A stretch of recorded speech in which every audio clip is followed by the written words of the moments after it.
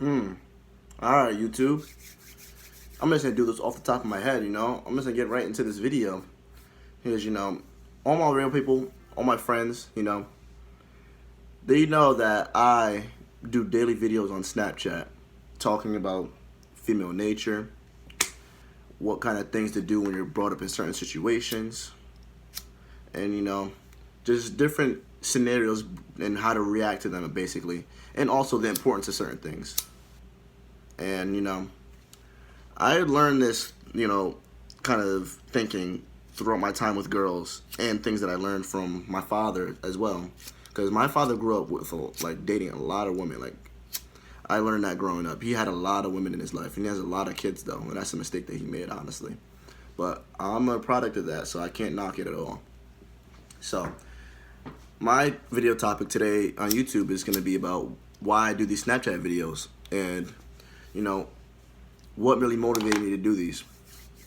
So, basically, what started me, maybe I started my Snapchat videos June 7th, I believe, somewhere around that time, and I just decided that I'm gonna start talking my shit on my Snapchat story, because one day I did a video just saying I remember the first video I did. I'm 131 days in. I remember my first ever video on Snapchat was about texting and set up dates rather than talking and just have small talk. Because small talk is so annoying. And girls, I had a girl at the time that I was talking to, and all she wanted to do was small talk because she was, never available to come and see me ever in person. It had been months since I had seen her.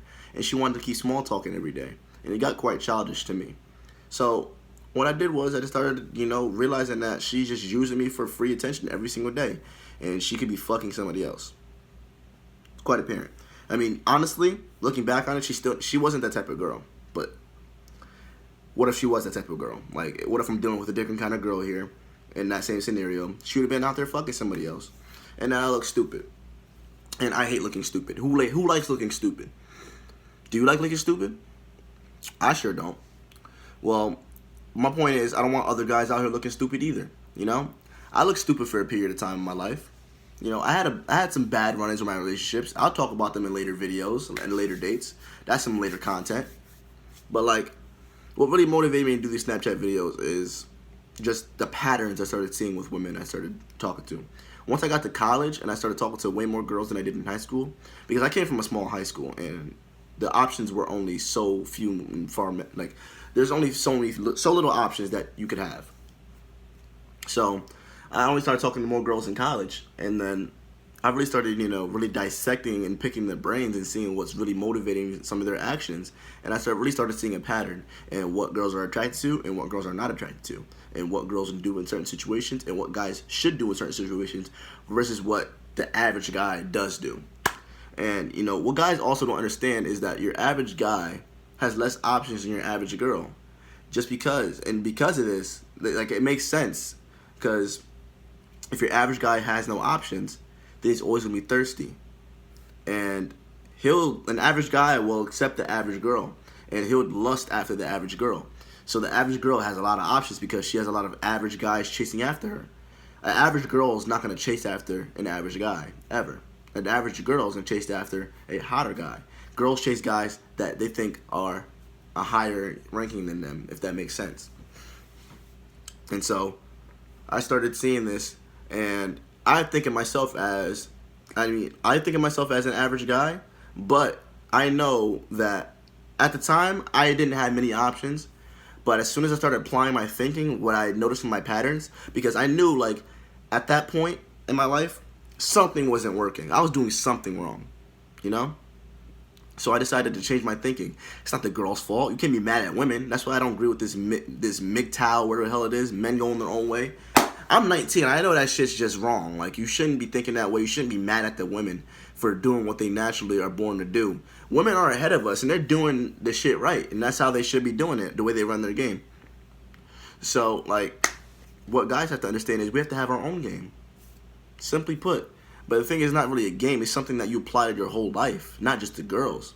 You have to have this kind of fuck it mentality. You don't really care. You have to get it out the mud, really. Because no girl's just going to walk up on you and just be easy for you, especially if you're just average looking.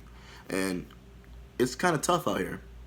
But at the end of the day, if you know how to carry yourself, it's very easy to get these girls. And that's what my YouTube channel is going to start being about now.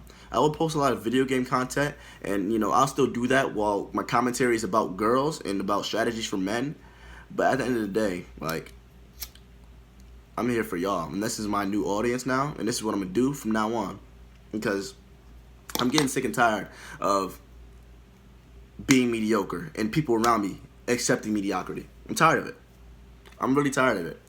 And, you know, I'm at a point in my life now. I'm 19, going on 20 soon in a couple months. And, you know, I understand what the red pill is. But obviously, you know, I'm a little bit on the younger side. And I just got out of my little phase of being blue pill and not really being aware of female nature. And I just started seeing the patterns. And now I'm really starting to understand it. And so I'm transitioning into completely red pill aware. Because, you know, obviously that stuff takes time. People think that they could just go a couple weeks later and then they're red pill aware. No, it doesn't work like that. The blue pill, red pill, it's a transition period, you know? That's all things in the life, you know? And my case in point is, just stay tuned for the content and you'll see what I'm talking about in my later videos. Thanks. Peace.